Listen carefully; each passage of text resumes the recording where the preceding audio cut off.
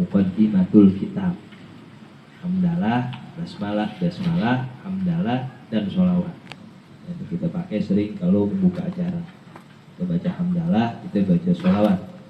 Kita membaca bismillah di awalnya karena mengikuti daripada Al-Quranul Karim yang membuka kitabnya juga dengan Bismillahirrahmanirrahim.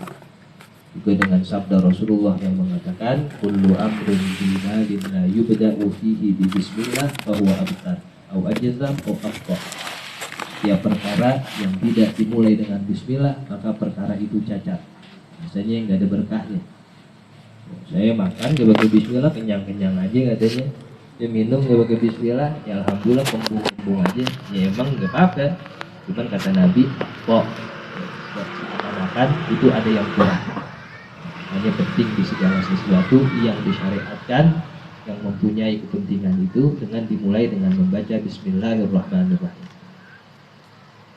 Amma ba'du, adapun setelah ini, setelah muqaddimah, setelah basmalah, setelah hamdalah, setelah sholawat, fahadha mukhtasarun fi usulid-dini. Maka ini kata pengarang merupakan kitab ringkas fi usulid-dini dalam membahas pokok-pokok agama. Di kitab yang kita baca ini mukhtasar, kitab ringkas, kitab yang tidak terlalu panjang. Di dalamnya membahas dasar-dasar agama kita, agama Islam. Wa jumlatin min furu'ihi, dan sejumlah masalah, sebilangan permasalahan ilmu dari furu' fikih ala madhabil Imam Syafi'i, atas madhabnya Imam Syafi'i radhiyallahu anhu. Ini sudah bisa ketahuan bahwa kitab yang kita sedang baca ini merupakan kitab ringkas, isinya adalah permasalahan dasar agama kita yang seringkali biar kata dasar keliwat mulu. Itu yang dasar, gimana yang tanjakannya. Ini dasarnya kita kuasai sehingga bisa kita kembangkan ke dalam ranah yang lebih luas. Juga dikatakan dalam membahas fikihnya, fikih kita madhab al-Imam Syafi'i, yang merupakan madhab kita semua, yaitu tuntunan kita dalam berfikih. Radhiyallahu anhu, semoga Allah meridhoinya. Samaituhu, aku namai mukhtasar ini Ar-Riyadul Badi'ata fi usulid-dini wa ba'di furu'i syariah.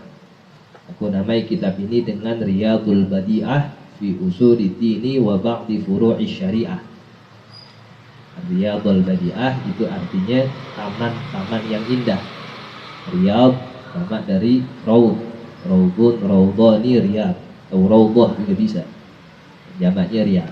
Jadi seakan-akan permasalahan-permasalahan yang ada di kitab ini bagaikan taman yang indah. Jadi berapa halaman nih? Nah, itu seakan-akan semuanya adalah pohon-pohon yang indah, sebagaimana taman-taman yang indah. Kalau kita bisa menikmatinya, ya, sungguh itu sangat bagus dan bermanfaat buat kita. Isinya adalah pondasi-pondasi dasar agama kita dan sebagian furu', yaitu usulan fikih daripada syariat kita. Rajian minallahi, seraya berharap dari Allah Subhanahu wa ta'ala, ayyan fa'abihi, agar Allah memberikan manfaat dengan mukhtasar ini, dengan kitab ini, talabatal ilmi, penuntut ilmu sekalian. Jadi dikarang kitab ini untuk kita para penuntut ilmu. Allah berikan manfaat kepada kita dengan adanya kitab ini. La siyama, lebih-lebih al-mubtadiin, penuntut ilmunya masih mubtadiin, masih pemula. Ya, kayak kita semua nih, mubtadi, pemula dalam menuntut ilmu. Ya, semoga Allah berikan manfaat buat kita. Ini doanya pengarang dan doanya diijabah. Taunya dari mana diijabah? Ini kitab dikarangnya 20-an tahun. Kapan di kitab dikarang?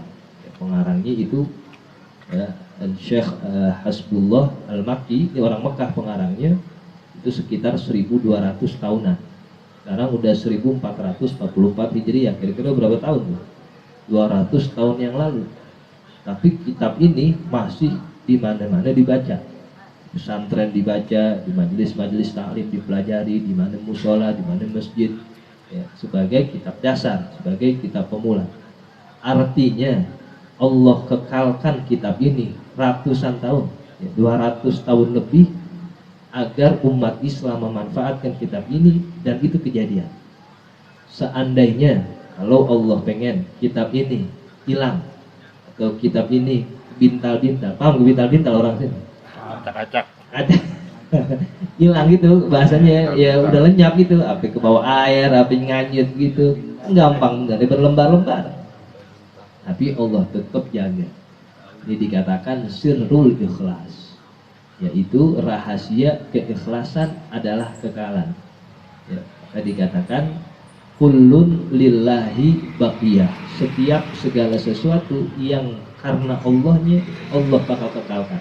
Apapun itu, ya, kita pengen beramal dengan satu perbuatan misalnya, ya, kita ikhlas dalam hal tersebut, Allah kekalkan. Nggak perlu diviral-viralin, viral sendirian, ya, karena sirnya adalah ikhlas. Ini kitab-kitab kuning kan udah zaman ratusan tahun, Jurumiyah kan tipis banget tuh, ya, 10 lembar, 15 lembar, ya tipis kecil, ya, dari tahun 800 Hijriah sampai sekarang, yaitu sekitar 600 tahun, 6 abad adanya itu kitab, sampai sekarang masih diapalin, dipelajari.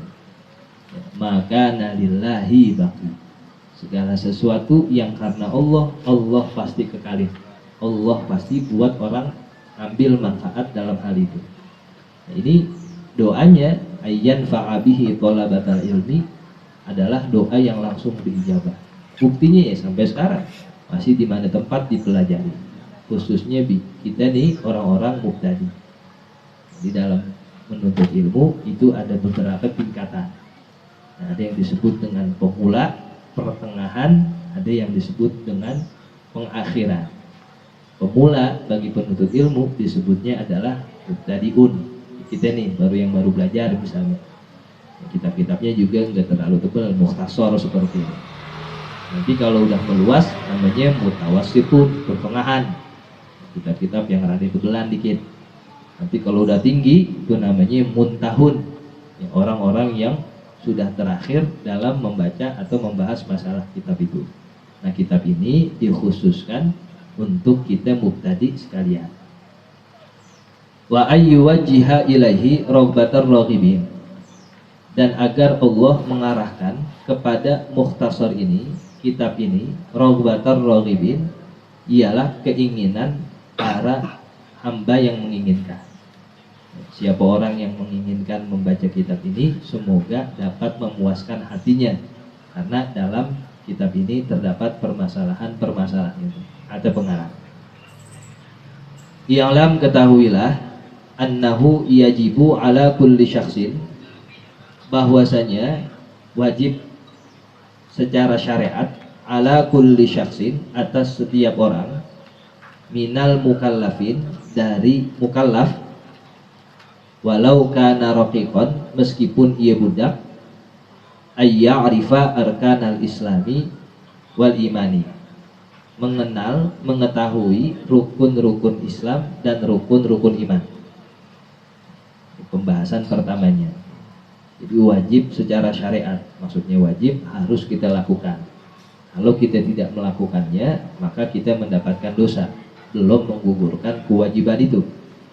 Di setiap orang yang mengaku mukallaf, siapa mukallaf? Balighun aqilun balaghathud dakwah, itu disebut mukallaf.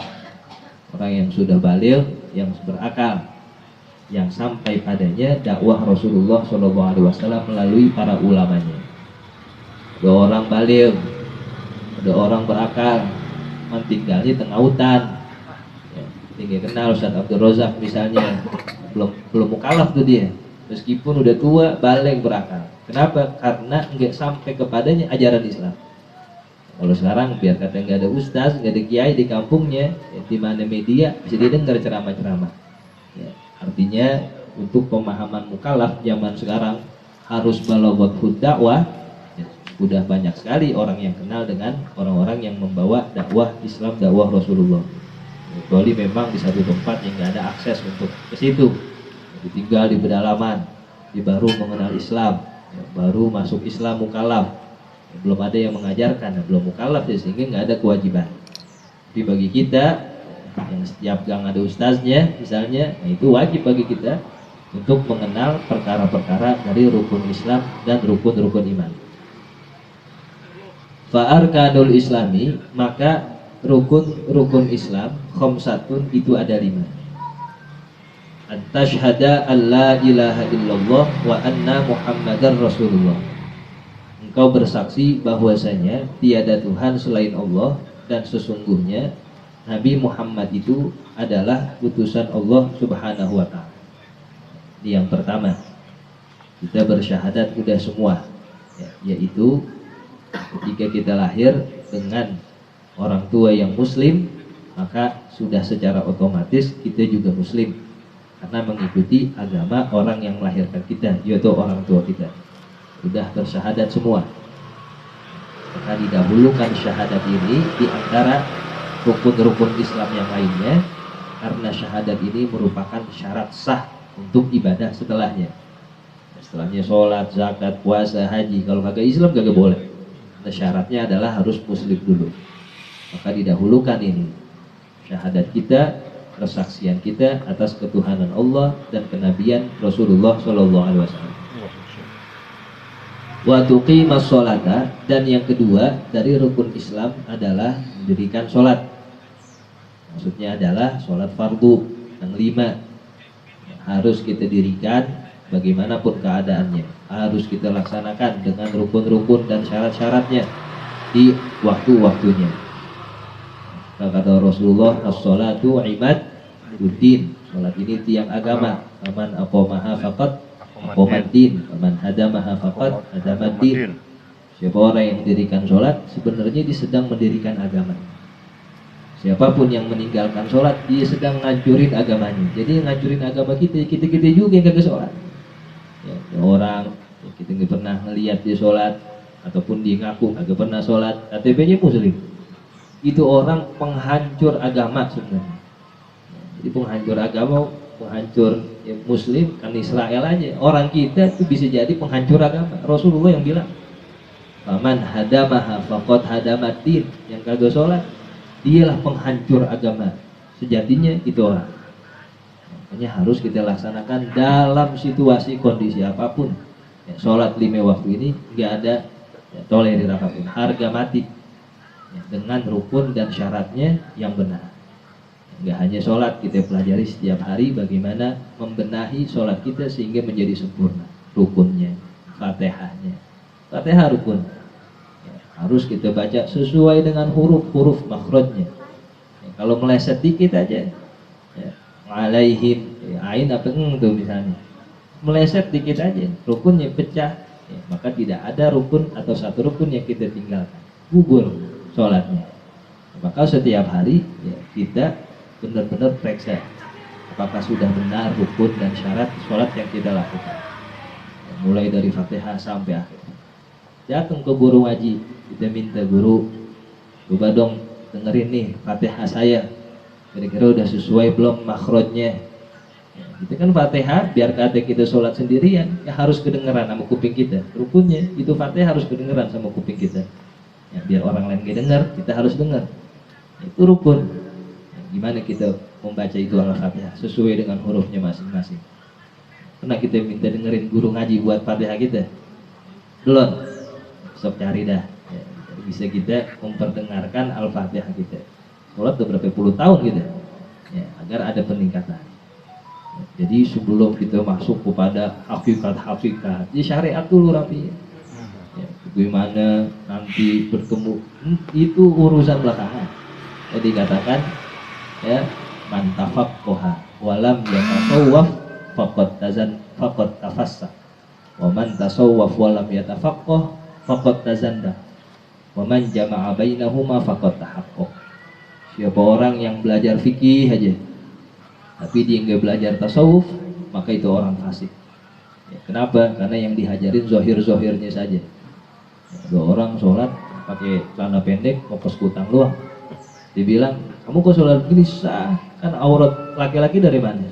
Pusar sampai lutut, jadi tutupin fokus kutang ame celana pendek doang. Sah sih sah.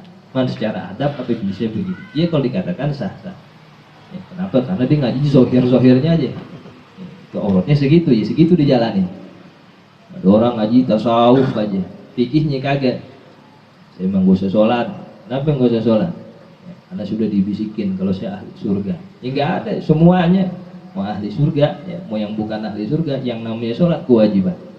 Yang bagus keduanya. Ya, syariatnya kita pelajarin, ya, thariqatnya kita pelajarin, maka yang disebut dengan hakikat atau ma'rifat yang menggabungkan keduanya. Ya, jadi nggak bisa kita langsung tembus kepada hakikat, kita tembus kepada thariqat sampai kita tahu rukun-rukun wudhu, rukun-rukun puasa. Biar kata kita zikir sampai tangan putus. Ya, kalau kita tidak bisa, kita tidak tahu daripada zohir-zohirnya, rukun-rukunnya, maka yang demikian haba'an mansuro katanya, bagaikan debu yang berterbangan. Jadi harus imbang. Nah, kita belajar fikih, syariat-syariatnya, kita juga mempelajari tasawuf, hakikat-hakikatnya. Yaitu yang dikatakan waman jama'a bainahuma faqad tahaqqaq. Wa tu'tiya zakata, dan yang ketiga adalah menyalurkan zakat, mengeluarkan zakat. Wa tasuma ramadhana, dan berpuasa di bulan Ramadan. Wa tahajjal baita in istata'ta ilaihi sabila. Dan yang kelima adalah engkau berhaji ke Baitullah in istata'ta, jikalau engkau mampu, ilaihi ke Baitullah sabila, dalam perjalanannya. Ini yang disebut dengan rukun Islam. Harus benar-benar kita ketahui, kita fahami, dan kita jalani. Bukan hanya sekedar kita hafal. Bahkan sampai belum hafal, mau kebangetan daripada rukun-rukun Islam. Ya, nyanyian apa aja dihafal benar. Rukun Islam berantakan mulu. Syahadat lagi terbalik, sampai puasa syahadat lagi diulang. Ya, makanya harus benar-benar kita ulang-ulang terus. Ini yang akan menyelamatkan kita dalam beribadah. Wa arkanul imani sittatun, dan selanjutnya rukun-rukun iman itu ada rukun Islam, ada rukun iman. Yang pertama, antu'mina billahi, kau beriman kepada Allah Subhanahu wa ta'ala. Kau percaya bahwa Allah itu Maha Esa, zatnya, sifat-sifatnya, dan perbuatan-perbuatannya. Wa mala antu'mina billahi wa malaikatihi, dan juga pada para malaikatnya. Para malaikatnya adalah ibadun mukramun, hamba-hamba Allah yang dimuliakan. Wa kutubihi, dan kitab-kitabnya. Wa rusulihi, dan para rasulnya. Wal yaumil akhiri, dan hari akhir. Yang keenam, wa bil qadari khairihi wa syarrihi, dan kita percaya kepada takdir Allah baik dan buruknya. Ini rukun iman yang harus selalu kita percaya, kita yakini. Nanti setiap rukunnya ada penjelasannya masing-masing. Apa yang dimaksud dengan i'tiqad billah, bagaimana kita mengetahui sifat-sifat Allah, mustahil, wajib, jaiz, para rasul, malaikat, dan seterusnya. Ya, sehingga keimanan kita itu benar dengan ilmu, ya, bukan hanya dengan ikut-ikutan. Wa yajibu alaihi aidan, dan wajib juga secara syarat. Artinya harus kita gugurin nih. Kalau tidak kita gugurin dosa. Ayya'rifa aqaidal imani, agar mengetahui akidah-akidah keimanan. Wahya, yaitu as-sifatul wajibatu lillahi ta'ala, sifat-sifat wajib bagi Allah Ta'ala. Wal mustahilatu alaihi, dan sifat-sifat mustahil atas Allah Ta'ala. Wal jaizatu fi haqqihi ta'ala, dan sifat-sifat jaiz bagi haknya Allah Subhanahu wa ta'ala. Ini wajib yang mengetahui hal-hal yang demikian. Di ilmunya namanya ilmu tauhid, pada ranah ilahiyat. Allah Subhanahu wa ta'ala punya sifat wajib. Apa yang dikatakan sifat wajib ini? Apakah wajib secara syarat? Oh, ternyata bukan. Wajib di situ adalah secara akal, yang harus ada. Yang enggak adanya enggak bisa diterima. Itu dari wujud sampai mutakaliman, ya, la budda ayyakuna musbatan fi haqqihi ta'ala. Harus tetapkan keberadaannya bagi Allah Subhanahu wa taala. Nanti dalil-dalilnya, apa wujud dalilnya, apa kitab dalilnya, apa pokok dalilnya, ini wajib. Kalau kita enggak tahu, seumur-umur kita dosa karena belum menggugurkan kewajiban itu. Wajibu alaih, kan wajib juga hukumnya. Sama kayak sholat, mempelajari tauhid, hukumnya sama seperti sholat. Kalau kita belum menggugurkan kewajiban ini, kita makan dosa, kita jalan dosa, kita napas dosa. Kenapa? Kita belum gugurin kewajibannya. Ya, kata para ulama, hal yang demikian haruslah diperhatikan. Karena tidaklah mudah mempelajari hal itu, harus benar-benar butuh ya satu ajaran sehingga kita bisa menguasai daripada akidah imanan kita. Yang pertamanya itu ilahiyat yang berkaitan dengan Allah, baik sifat wajib, mustahil dan jaiznya. Wasifatul wajibatu lirrusuli, juga sifat-sifat yang wajib bagi para rasul alaihi wassalatu wassalam. Begitupun para rasul, ada sifat wajibnya, mustahilnya, jaiznya. Sifat wajibnya sidik, amanah, tabligh, fatona. Apa dalilnya? Kalau rasul itu berlaku sidik, jujur, nanti ada penjelasannya. Begitupun tabligh, amanah, fatona, harus kita tahu. Kalau kita nggak tahu, belum menggugurkan kewajiban, namanya kita dosa. Karena belum menggugurkan kewajibannya.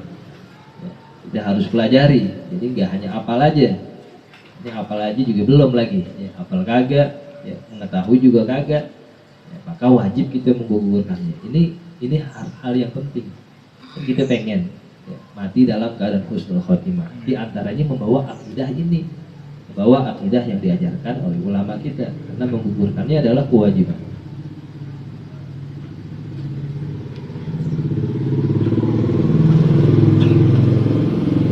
Wasifatul wajibatu lirrusuli alaihimus salatu wassalam wal mustahilatu alaihim, dan sifat mustahil bagi mereka, wal jaizatu fi haqqihim, dan juga sifat yang jaiz bagi mereka para nabi dan rasul. Apa itu sifat jaiz bagi nabi dan rasul? Apa itu sifat mustahil? Ya, maka nanti secara keseluruhannya sifat tauhid atau ilmu tauhid ini terbagi menjadi ilahiyat, nubuat, dan juga sama'iyah. Ini ketiganya harus kita bisa, harus kita paham, bukan sekedar hafal, tapi kita mengerti. Itu ilahiyat seputar daripada ketuhanan Allah Subhanahu wa taala yang tadi. Begitupun nubuat seputar para nabi. Nanti sama'iyat seputar sesuatu yang ghaib-ghaib, alam kubur, ya, apalagi misalnya syirat, surga, neraka, dosa, pahala, mizan, hisab. Nah, itu semua adanya di ilmu tauhid yang wajib kita gugurin daripada mengetahui dan memahaminya. Karena yang demikian termasuk haknya atau kewajibannya mukallaf agar ia bisa selamat daripada siksa dosa yang mana belum bisa menggugurkannya. Itu harus benar-benar kita jaga dan kita pahami. Ya, yajibu lillahi ta'ala al-wujudu wal qidam. Itu baru masuk pada pembahasan yang tadi satu-satu.